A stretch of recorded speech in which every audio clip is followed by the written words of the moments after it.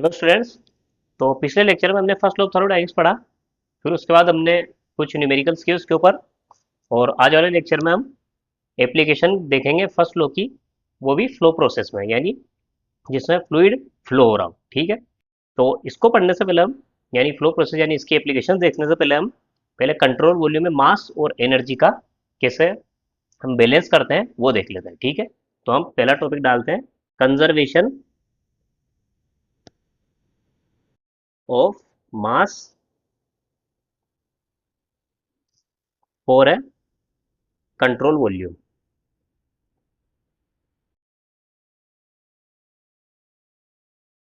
यानी control volume के through कोई मास पास हो रहा है और हमें पता है कि मास को न तो हम उत्पन्न कर सकते हैं और न ही नष्ट कर सकते हैं। ठीक है। तो यानी मास हमेशा कंजर्व रहता है। तो हम इससे लिख सकते हैं, पहले डायग्राम से बता देता हूँ। मान लीजिए ये कंट्रोल वॉल्यूम है, यहाँ से कुछ मास एंटर होता है, यानी फ्लूइड यहाँ से आ रहा है।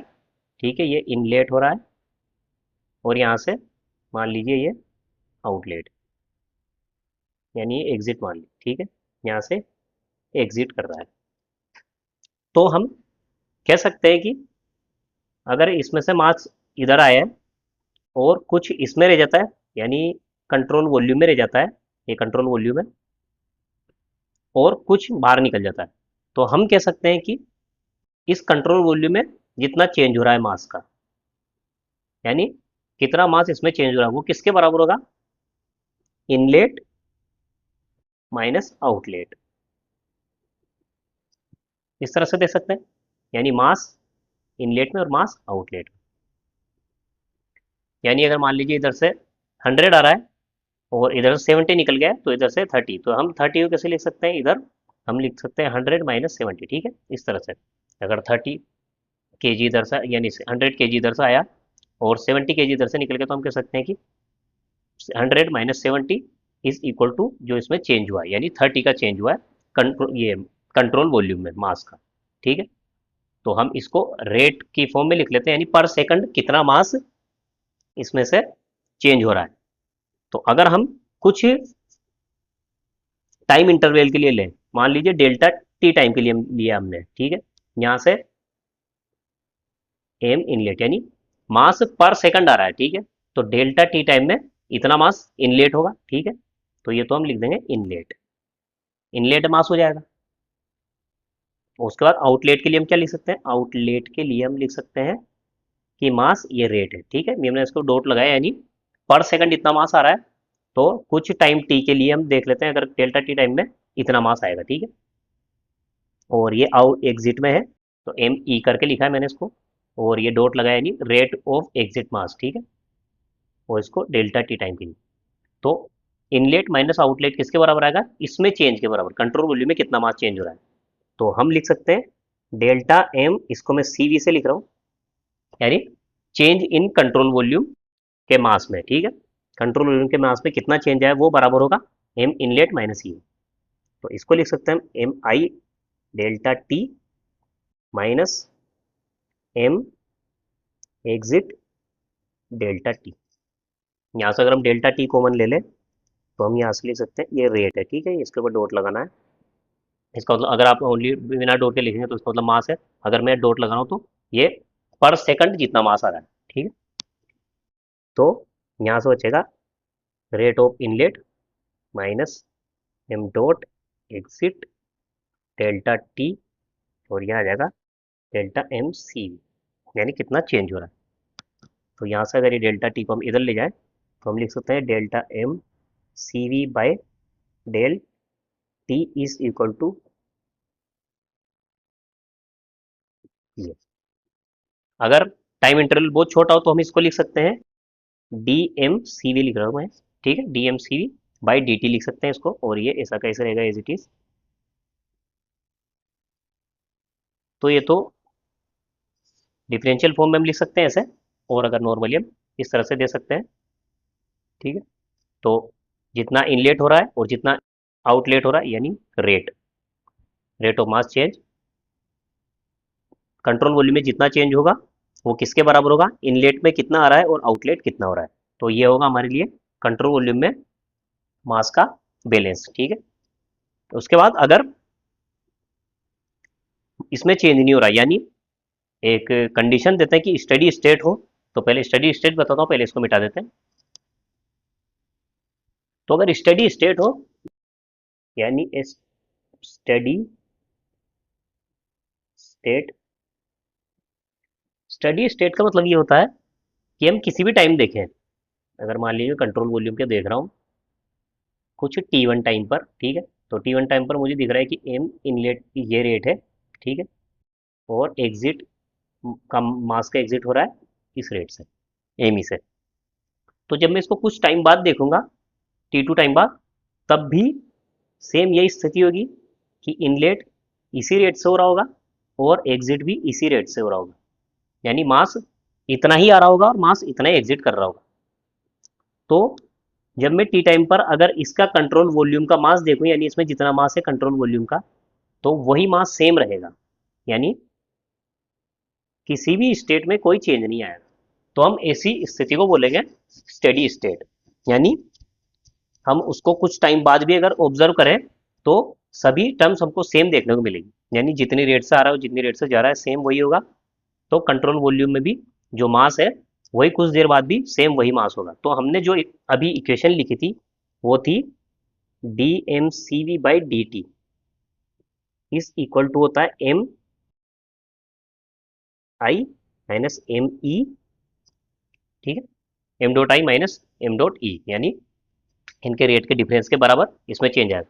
तो अगर स्टेडी स्टेट है तो मास में कोई चेंज नहीं आ रहा है, तो यह हो जाएगा जीरो। अगर ये जीरो हो जाएगा तो इसको उधर ले आते हैं, यानी M inlet is equal to M outlet, यानी जितना मास एंटर हो रहा है, जिस रेट से मास अंदर आ रहा है तो उसी रेट से बाहर निकलेगा। यानी अगर यहाँ से 100 kg पर सेकंड आ रहा है तो 100 kg पर सेकंड इधर से निकलेगा। तो ये मास का बैलेंस हम इस तरह से लिख सकते हैं स्टडी स्टेट के लिए। अगर हमें स्टडी स्टेट यानी अगर मैं ये नहीं दिया जाए तो हम इसी फॉर्म में लिखेंगे, यानी पर यूनिट टाइम में कितना चेंज आ रहा है कंट्रोल वॉल्यूम में, ठीक।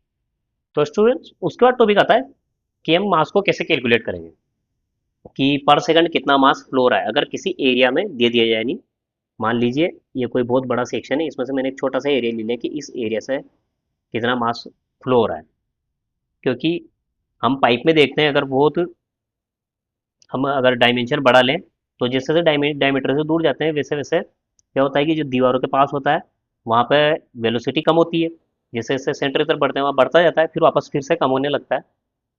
तो क्या वेलोसिटी में वेरिएशन आता है। तो हम अगर वेलोसिटी को कांस्टेंट माने तो हमें छोटा सा एरिया लेना होगा, ताकि इस एरिया से जितने स्ट्रीम लाइन निकले फ्लूइड की उसमें सभी में वेलोसिटी कांस्टेंट रहे, ठीक है। हमारे वैसे भी वेलोसिटी में चेंज आपको थर्मोडायनेमिक्स से देखने को नहीं मिलेगा, ये फ्लूइड मैकेनिक्स का टॉपिक है। तो यहाँ पर जो वेलोसिटी होगी वो कांस्टेंट मानी जाएगी, ठीक है, उस पूरे एरिया के थ्रू। यानी अगर ये पूरा एरिया दे दिया तो इसमें पूरे में हम वेलोसिटी फिक्स मान सकते हैं कि ये चेंज नहीं हो रही है, ठीक है। तो अगर ये चेंज हो रही है तो हम एक छोटा सा एरिया मान लेते हैं कि ये डी ए है, ठीक है, ये छोटा सा एरिया है, मैं इसको बड़ा करके दिखा रहा हूँ डी ए। हमने एक छोटा सा एरिया लिया है, इसमें से फ्लूइड निकल रहा है वी वेलोसिटी से, वी वेलोसिटी। तो इस एरिया से पर सेकंड कितना वॉल्यूम निकलेगा, वो वॉल्यूम निकालने के लिए हम कर सकते हैं वेलोसिटी इनटू एरिया।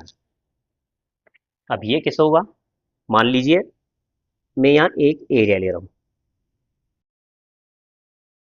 अब इधर पूरे में फ्लूइड है इधर, तो एक सेकंड में जो आखिरी मोलिक्यूल होगा वो कौन सा वाला इस एरिया को पार कर जाएगा। अगर v वेलोसिटी है, v वेलोसिटी का मतलब एक सेकंड में ये v डिस्टेंस चलता है, एक सेकंड में, एक सेकंड में v डिस्टेंस चलता है। तो इस एरिया से जो v डिस्टेंस पर होगा, इस एरिया से ये v डिस्टेंस पर मान लीजिए यहाँ जितने मोलिक्यूल है, ठीक है, ये एक सेकंड बाद इसको पार कर जाएंगे, इससे दूर जो होंगे वो पार नहीं कर पाएंगे। तो यानी इस एरिया से v डिस्टेंस पर जितना भी फ्लूइड होगा ये सारा एक सेकंड में पार कर जाएगा। तो हमें क्या निकालना है कि ये जो v डिस्टेंस पर है, ठीक है, इसका पूरे का वॉल्यूम निकाल लेते हैं। तो इसका वॉल्यूम निकालने के लिए एरिया यानी अगर इसको हम ये एक बेलन मान लें, ठीक है, एक सिलेंडर मान लें, तो ये तो एरिया है, ये इस तरह से, तो एरिया इंटू ये डिस्टेंस वी, ये सब मिलके क्या हो जाएगा, इसका वॉल्यूम, यानी इतना ही वॉल्यूम इस सर्किल से पास होगा। मैं इसको ओनली एरिया से या डीए से दिखाया, यानी इस डीए से कितना वॉल्यूम पास होगा, अगर हम डीए को इस फ्लूइड की वेलोसिटी से मल्टीप्लाई कर दें तो हमें वॉल्यूम मिल जाएगा, यानी इतना वॉल्यूम यहाँ से पास होगा। ठीक है, अगर समझ में नहीं आया एक बार और समझाता हूँ। अगर ये एरिया ए है तो इस एरिया को 1 सेकंड में पार कर, कौन सा वाला फ्लूइड पार करेगा, जो इससे वी डिस्टेंस पर हो, क्योंकि अगर इसकी वेलोसिटी, इस फ्लूइड के सभी मोलिक्यूल की वेलोसिटी वी है, तो आखिरी जो लास्ट वाले मोलिक्यूल होंगे ये तो सारे वैसे ही पार कर जाएंगे जो इसके पास होंगे, और जो सबसे दूर होंगे वो होंगे वी डिस्टेंस वाले, क्योंकि पर सेकंड में वी चल रहा है, वी डिस्टेंस, यानी मान लीजिए 5 मीटर पर सेकंड है, 5 मीटर पर सेकंड अगर इसकी वेलोसिटी है फ्लूइड की, तो 1 सेकंड में 5 मीटर चलता है, तो इस एरिया से 5 मीटर पर जो जो मोलिक्यूल होंगे वो 1 सेकंड बाद पार कर जाएंगे, 5 मीटर से जो भी ज्यादा दूर होंगे वो इसको पार नहीं कर पाएंगे। तो हमें करना है, अगर हम इस लेंथ को 5 मीटर लें, उस एरिया को मल्टीप्लाई करेंगे तो हमारे पास ये पूरा वॉल्यूम आ जाएगा। ठीक है, और हमें इसका मास निकालना है, तो हम कर देंगे v को मल्टीप्लाई करेंगे एरिया से तो हमारे पास आ जाएगा वॉल्यूम, और अगर वॉल्यूम को मल्टीप्लाई कर दें हम डेंसिटी से तो हमारे पास आ जाएगा मास रेट, ये रेट आएगा। ठीक है, ये मास नहीं आएगा, ये रेट आएगा, क्योंकि पर सेकंड निकाला है। अगर हमें मास निकालना है तो जितने टाइम तक हम ऑब्जर्व कर रहे हैं उतने टाइम से मल्टीप्लाई कर देंगे तो हमारे पास उतना मास आ जाएगा। ठीक है, तो पर सेकंड तो इतना मास इस एरिया से निकलेगा। ठीक है इसमें, तो हम इसी को यूज करेंगे, पहले इसको मिटा देते हैं। तो हमने देखा कि इस एरिया से अगर v वेलोसिटी से कोई फ्लूइड आ रहा है तो हमें उसकी रेट निकालने के लिए कितना मास निकल रहा है उसको हम करना होगा रो वी डी ए से हम निकाल सकते हैं। ठीक है, इससे आएगा ये कुछ मास रेट। अगर हमें टोटल निकालना है तो हम इंटीग्रेट कर सकते हैं पूरे एरिया के थ्रू। ठीक है, अगर हम ये छोटा सा एरिया लिया है, पूरे एरिया में अगर ये किसी का छोटा सा हिस्सा है पूरे सेक्शन का, तो हम ऐसे छोटे छोटे सेक्शन को सबको ऐड कर सकते हैं, तो उससे हमें टोटल मिल जाएगा कि कितना मास पास हो रहा है। ठीक है, तो पर सेकंड, तो इसको इंटीग्रेट करते हैं रो वी डी एक्स। ठीक है, अगर पूरे सेक्शन में अगर वेलोसिटी चेंज नहीं हो रहा है, डेंसिटी चेंज नहीं हो रही है, तो हम इसको इंटीग्रेट कर सकते हैं, और इसको इंटीग्रेशन करने का मतलब है पूरा एरिया। तो ठीक है, हम इसको लिख सकते हैं मास को, मास रेट को रो वी ए।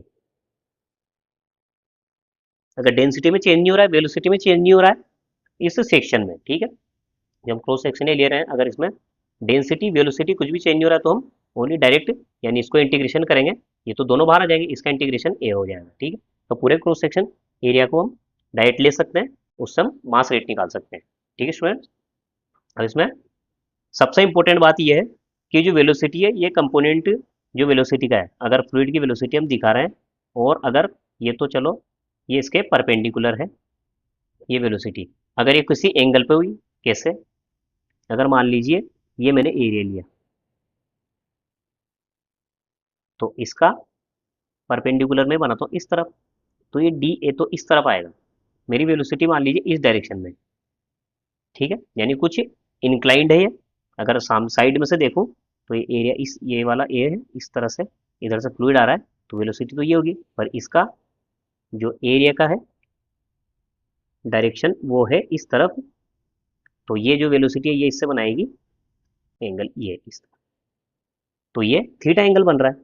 ठीक है, हमें लेना है जो वेलोसिटी लेनी है, हमें लेनी है एरिया के डायरेक्शन में, तो हम इसको इसके डायरेक्शन में लेंगे। ठीक है, तो हमें डॉट प्रोडक्ट होगा यहाँ पर। ठीक है, अगर हमको डायरेक्शन दिया जाए अगर इसमें, तो हम v डॉट डी ए लिखेंगे। ठीक है, यहाँ पर सिंपल मल्टीप्लिकेशन की जगह हम डॉट डी ए लिखेंगे, या फिर हम लिख सकते हैं V cos theta, V D A cos theta. ठीक है, V D A cos theta, इस तरह से भी कर सकते हैं। आपको ज़्यादातर देखने में मिलेगा परपेंडिकुलर ही होगा। ठीक है, तो ये वाली कैलकुलेशन की जरूरत नहीं पड़ेगी, मगर पड़े तो यहाँ पर ये बात ध्यान रखनी है कि एरिया के ही साथ होना चाहिए ये, यानी ये एंगल जो है अगर दोनों एक ही डायरेक्शन में तो हम इसको डायरेक्ट मल्टीप्लाई कर सकते हैं। अगर ये डी ए इस डायरेक्शन में, यानी एकदम सीधा है एरिया और फ्लूइड भी इसी तरह आ रहा है, तो हम डायरेक्ट मल्टीप्लाई कर सकते हैं, वरना हमें इसके डायरेक्शन में वेलोसिटी को एरिया के डायरेक्शन में लेना होगा। ठीक है स्टूडेंट्स, तो वैसे सिंपली डायरेक्ट ये वाला फॉर्मूला काम में ले लेंगे। इसकी एक और फॉर्म है, उसको इधर लिखता हूँ मैं। इसकी एक और फॉर्म ये है कि हम रो को लिख सकते हैं, जो रो होता है उसको लिख सकते हैं स्पेसिफिक वॉल्यूम में। ठीक है, यानी अगर 1/रो करें तो ये होता है स्पेसिफिक वॉल्यूम के बराबर। ये हमको पता है कैसे, कि जो रो होता है वो रो को लिखते हैं मास पर यूनिट वॉल्यूम, और जो ये रो होता है ये होता है वॉल्यूम पर यूनिट मास, यानी एक दूसरे के उल्टे होते हैं। यानी 1/रो करेंगे तो हमें मिलेगा रो, ये होता है स्पेसिफिक वॉल्यूम। तो स्पेसिफिक वॉल्यूम को अगर हम इसमें इंक्लूड करें तो 1/रो को हम लिख सकते हैं रो। तो अगर रो को इधर, ये इसको रो को इधर लाएं तो 1/न्यू बनेगा, तो 1/न्यू को लिख सकते हैं हम रो। ठीक है स्टूडेंट, तो यहाँ पर ये रो है, तो हम इसको अगर स्पेसिफिक वॉल्यूम के फॉर्म में लिखना हो तो हम मास रेट को लिख सकते हैं वी ए बाय न्यू। ठीक है स्टूडेंट, यहाँ पर वी वेलोसिटी है। ठीक है, इसको मैं स्मॉल वी से दिखाता था ताकि वेलोसिटी और वॉल्यूम में कंफ्यूजन नहीं हो, क्योंकि वॉल्यूम को मैं कैपिटल वी लिखने वाला हूँ, तो इसको मैं इस तरह से स्मॉल वी लिख देता हूँ ताकि ये आपको पता लगे कि ये वेलोसिटी है। वेलोसिटी इंटू एरिया, ये तो वॉल्यूम है क्या, और अगर स्पेसिफिक वॉल्यूम से ये डिवाइड करते हैं तो हमें मिल जाएगा पर यूनिट टाइम में मास। ठीक है, तो ये एक दूसरी फॉर्म भी इस तरह से है। और हमने इसके पहले जो मास वाली इक्वेशन लिखी थी वो क्या थी, वो थी कि कंट्रोल वॉल्यूम में कितना चेंज होता है वो किसके बराबर होगा, inlet, mass rate of inlet minus mass rate of exit. तो अगर हम इस फॉर्म में लिखें तो हम इसको किस तरह से लिखेंगे, पहले इसको मिटा देते हैं। अगर इस फॉर्म में लिखें तो इस इक्वेशन को हम लिख सकते हैं, अगर हमें एम को अगर इस तरह से रिप्लेस करना हो तो, यानी कंट्रोल वॉल्यूम में पर सेकंड चेंज वाला मास इज इक्वल टू, अगर हमें इसको इनलेट करना हो तो इनलेट पर वेलोसिटी, इनलेट का एरिया अपॉन इनलेट जो फ्लूइड हो रहा है उसका स्पेसिफिक वॉल्यूम। ठीक, माइनस आउटलेट पर, इसको न्यू नहीं लिखना है, इसको लिखना है वी आउटलेट पर, यानी एग्जिट पर वेलोसिटी। ठीक है, एग्जिट का एरिया अपॉन एग्जिट पर स्पेसिफिक वॉल्यूम, इस तरह से। ठीक है, तो हम इस तरह से कैलकुलेट कर सकते हैं। तो हमने मास का बैलेंस देखा एक बार, हमने जो जो देखा उसको एक ही बार में देख लेते हैं, पहले इसको मिटा देते हैं। तो स्टूडेंट, हमने देखा कि कंट्रोल वॉल्यूम में मास का चेंज अगर हमें लिखना हो, यानी अगर हमें कंट्रोल वॉल्यूम में पर यूनिट टाइम में कितना चेंज हो रहा है मास में, तो हम किसे लिखते हैं उसको, कि इनलेट में जो मास रेट आ रही है और जो एग्जिट कर रही है उन दोनों का डिफरेंस। ठीक है, उसके बाद अगर हमें मास को दिखाना हो तो हम उसको लिख सकते हैं रो ए इंटू वी।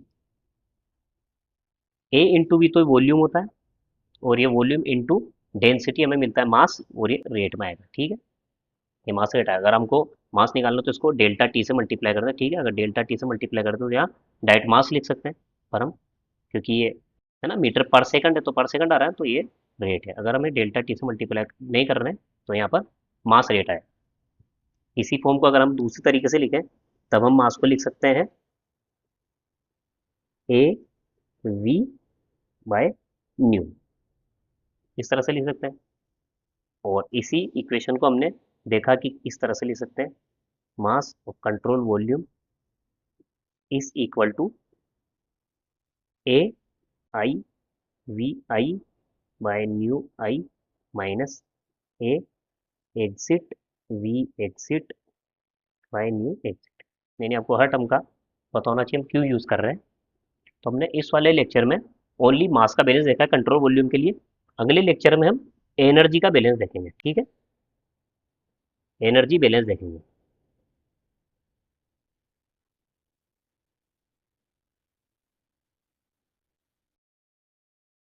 उससे क्या होगा, जब हम मास और एनर्जी दोनों को लिख सकते हैं कंट्रोल वॉल्यूम के लिए कि दोनों के इक्वेशन लिख सकते हैं कैसे ये बैलेंस रहेगी, तब जाकर हम फर्स्ट लॉ ऑफ थर्मोडायनेमिक्स की एप्लीकेशन डिफरेंट डिफरेंट डिवाइसेस के लिए यूज कर सकते हैं। ठीक है स्टूडेंट, तो हम अगले लेक्चर में पढ़ेंगे एनर्जी बैलेंस के बारे में। तो मिलते हैं अगले लेक्चर में, तब तक के लिए गुड बाय।